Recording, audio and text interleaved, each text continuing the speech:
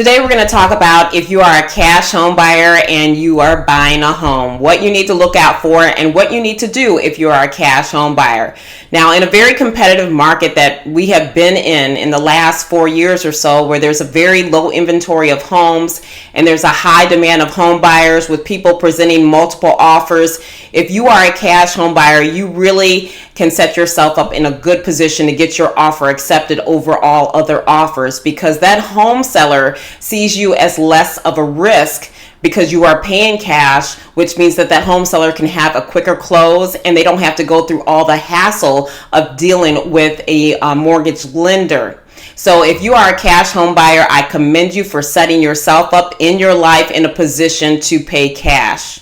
My name is Cherilyn Williams, and I'm your local Chicagoland realtor, helping you build your dreams through real estate. And if you need any help with your real estate needs here in Chicagoland, please send me a direct message. I would love to hear from you and connect and find out what I can do to help you get into your dream home.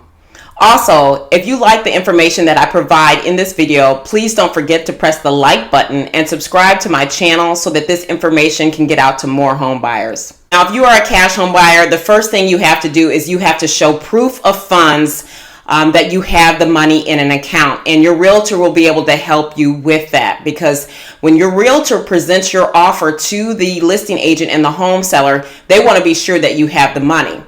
Unlike in a traditional way, when a home buyer is financing a home loan, that lender gives that buyer a pre-approval letter that the realtor has to present to the listing agent and the home seller. But for you as a cash buyer, it will be a proof of funds.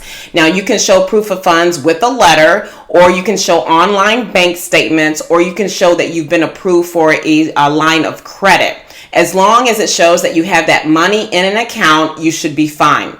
Now, some people ask, well, do I have to have all of the funds in one account? And the answer is no. You can have different accounts with different funds, but it must add up to the purchase price that you want to put an offer on a home.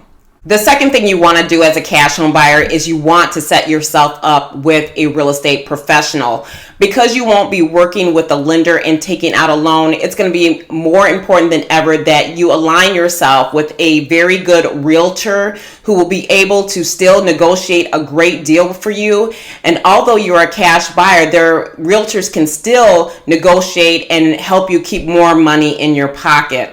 And that real estate professional needs to draft up a very professional and a good offer to present to that listing agent and that home seller.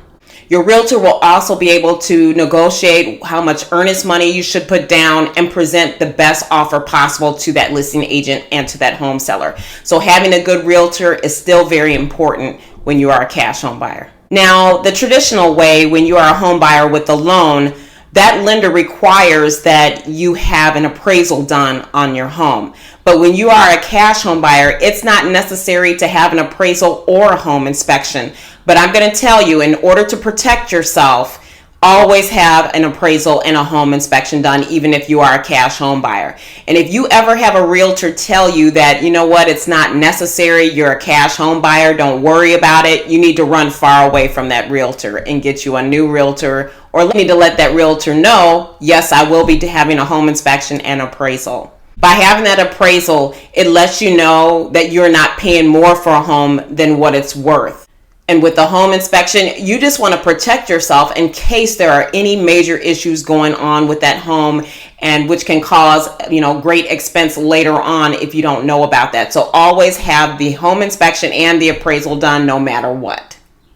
You also need to be aware that just because you are a cash home buyer does not mean that you won't have to pay any money at closing. Yes, you won't have to pay for a down payment because you're doing an all cash offer, but you still will have to pay closing costs. And many times home buyers think that down payment and closing costs are the same, but they're not. They're totally and completely separate.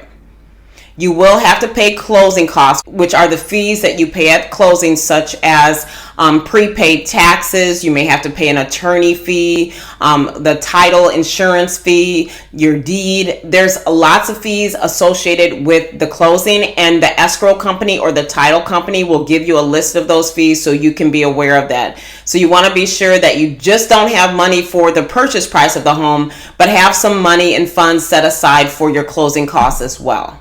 And the last thing you want to be aware of if you are a cash home buyer is that you need to set some money aside for if you have to pay homeowners association dues, maybe monthly or quarterly or yearly. Also for any taxes and insurance that need to be paid. Because you're not having a monthly mortgage payment every month, your taxes and insurance will not be included in a payment. So you need to set money aside for future expenses. So these are my quick tips. If you are a cash home buyer, congratulations to you for setting yourself up in a good position where you can pay cash for a home. Many home buyers cannot do that, so I commend you. Thank you for watching.